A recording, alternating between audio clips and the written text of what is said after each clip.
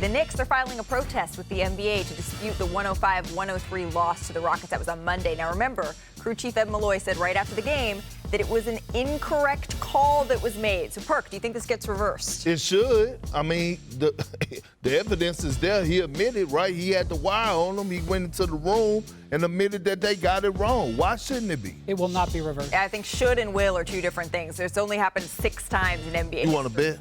I'll bet whatever you want. Ooh, I like this. All right, from one borough to another. The Celtics, they were in Brooklyn. Tatum dropped 41 in a win. Boston is now 30 games over 500. That is the fastest they've reached that mark since Perk's 08 title team. Chiney, are there some trophies that are coming to Boston? Oh, yeah. It can not only be the NBA Finals, they win it all, but it also is, when are we going to start saying JT for MVP? Best player, best team? And it's like out of the, yeah, that works. That's the best part. All right, from one number 1 seed to the other, the Timberwolves, they beat the Trailblazers on Tuesday. Anthony Edwards had 41 points. Brian, how important is it for the Wolves to hold on to that top spot? Well, it's important because they haven't won a playoff series since Ant was in diapers. And if you think I'm making a joke, I'm not. 2004, although I don't know when he started potty training, so I don't know, I guess, for 100%. But they need offense. They need offense. They have great defense. They are going to need performances like this from him occasionally in the postseason, and he's up to it. On to Milwaukee, where the Heat, they had a wire-to-wire victory versus the Bucks. They won 123-97. So now they are 3-6 under Doc Rivers. The Bucks also failed to reach 100 points in a home game for the first time this season. Giannis, he had 0 free throws in a game for the first time since last February. Let's look at the numbers here, because the Heat, they torched the Bucks.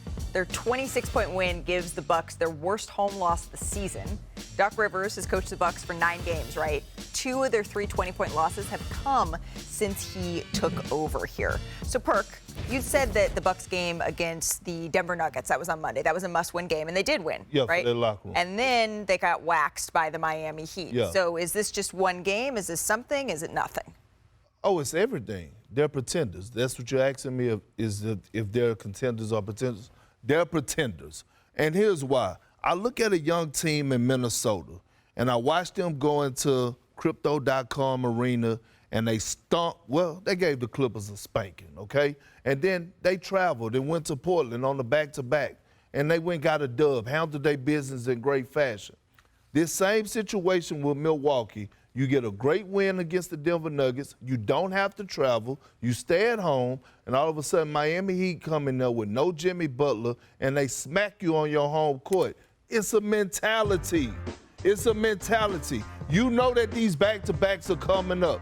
And you know how, look, so being in the Doc Rivers locker room, Doc used to always preach look ahead, meaning look at the schedule, make sure you do the necessary things you need to do, make sure you hold yourself accountable, get your work in, get your treatment in, be prepared because of this stretch that we're about to have, and let's get both of them. Okay, Perk, if we're going to look at the schedule, can we also look at the standings? Because you have to give Doc Rivers room to cook. And in this small 9-game sample size, and you look at the standings, they have really a great opportunity, even as they're trying to find their identity, to lock up third. If they're able to make it to the Eastern Conference Finals and right their wrongs, they're right up there. And look, because, like, honestly, the 2 teams below them, the Knicks and the 76ers, are dealing with health and availability. The Pacers have a couple games, off of them.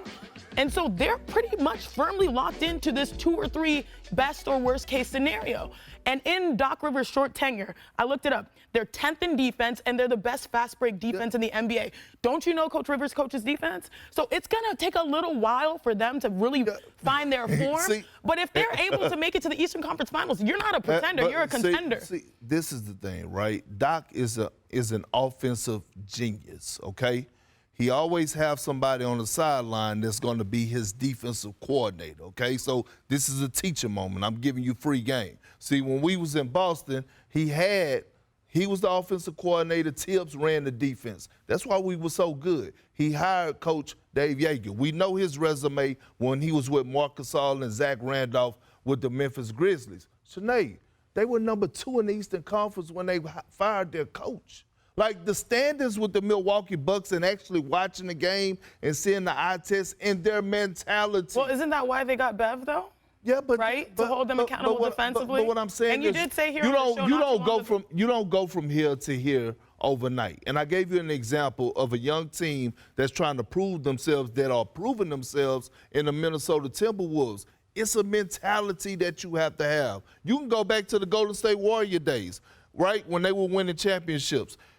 They had some of the best back-to-back records in the league because it was a mental thing. So that win versus the Nuggets doesn't give you anything. Well, so here's where I'm with you, is that I think that the Denver Nuggets win, I mean, we're talking about the second night of a back-to-back. I'm not putting anything more than this is one game into the game against the Miami Heat specifically. And I think this is something, not because of the Miami Heat game, but because when we do see the Milwaukee Bucks lose, it's the same issue over and over. That really doesn't have, like, the Miami Heat game is not what convinced me of that, Brian. It's just that when they lose, these are their issues, and that's what concerns me. There are some indications, like Chiney just talked about, where their defense is improving. Their offense is also backslid, which is why all of a sudden we're seeing a little bit of lopsided stuff, because their offense was so great before that even when they didn't defend, they were in every game. So their process is a little bit better. But, Perk, I can't present a strong case right now to disagree with you, because the record is the record. I'm sort of going on blind faith. It's just a little bit of improvement. But I haven't made up my mind yet about where the Bucks are going. Have they? I'd like to sit here and say that's definitely getting better, and there's some fingerprints of that, but I can't for sure say that. Malika, what I think we have to ask ourselves is, what are their expectations? Seriously, the NBA Finals. Realistically, you have Dame and you have Giannis. You brought back the other guys. Brook Lopez was one of the most attractive free agents in the offseason. You get back Chris Middleton. Like, what are their expectations? So if it is the finals, then we can't look at this team and say that this team is a team that we expect to be in the finals.